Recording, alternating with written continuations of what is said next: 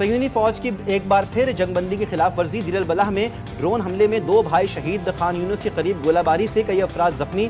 جنگ بندی کے بعد شہداء کی مجموعی تعداد 93 ہو گئی۔ سردیاں قریب آتے ہی انسانی بحران شدت اختیار کرنے لگا۔ 15 لاکھ بے گھروں کو سنگین خطرہ۔ اسرائیل خوراک، خیمے اور گرم کپڑوں کی فراہمی میں رکاوٹ بن گیا۔ شمالی علاقوں میں واپس آنے والوں کو بغیر پھٹے بارود سے خطرات لاحق۔ امدادی گروپ نے خبردار کیا کہ بغیر پھٹے دھماکہ خیز مواد کی صفائی میں 20 سے 30 سال لگ سکتے ہیں۔ حماس اور دیگر تنظیموں کا غزہ کو ٹیکنوکریٹ کمیٹی کے حوالے کرنے پر اتفاق۔ آزاد کمیٹی جنگ بندی کے بعد غزہ کا انتظام سنبھالے گی۔ حماس کی ویب سائٹ پر فلسطینی تنظیموں کا مشترکہ بیان جاری۔ عرب اور عالمی اداروں کا تعاون بھی شامل ہوگا۔ امریکی وزیر خارجہ مارکو روبیو کہتے ہیں کہ مستقبل کے غزہ میں حماس کا کوئی کردار نہیں ہوگا۔ غزہ کو مکمل طور پر غیر عسکری علاقہ بنایا جائے گا۔ اپنی بکواس بند کرو، تمہاری وجہ سے لوگ بھوک سے مر رہے ہیں۔ آسٹریلوی ریاست تسمانیہ کے سینیٹر نک میکیلم نے اسرائیلی حامی سینیٹر کو کھری سنا دی۔ کہا کہ اسرائیلی بھوک کو ہتھیار کے طور پر استعمال کر رہا ہے۔ اسرائیلی حکومت کو اس کا جواب دینا ہوگا۔ انتخابی مہم کے پہلے دن سے ہی مخالفین نے مسلمان ہونے پر نشانہ بنایا۔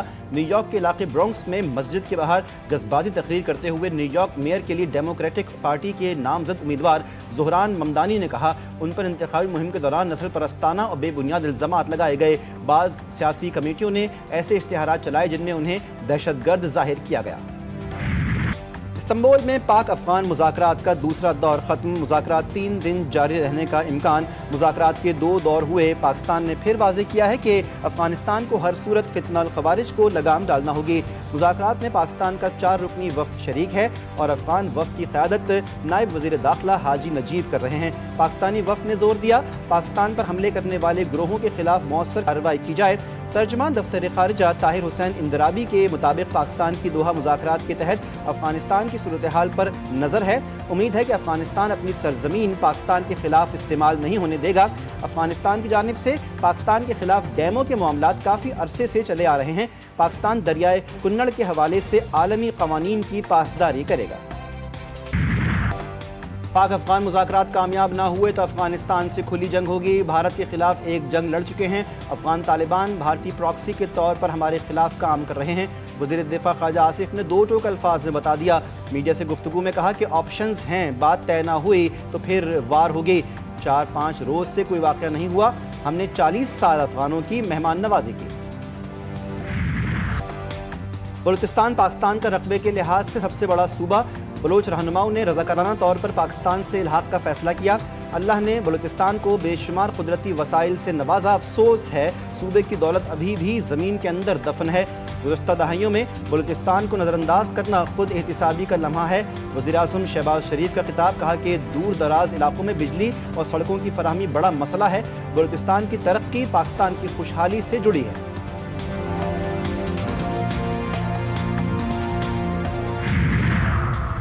فیلڈ مارشل عاصم منیر کا دورہ مصر۔ قاہرہ میں اتحادیہ صدارتی محل میں مصری صدر عبد الفتاح السیسی سے ملاقات میں 2 طرفہ دیرینہ دوستی کا اعادہ کیا گیا۔ آرمی چیف نے خطے کے امن و استحکام میں کلیدی کردار پر مصری قیادت کی تعریف کی۔ مصری صدر نے عالمی اور امت مسلمہ کے لیے اہمیت کے حامل معاملات میں پاکستان کے مثبت اور فعال کردار کو سراہا۔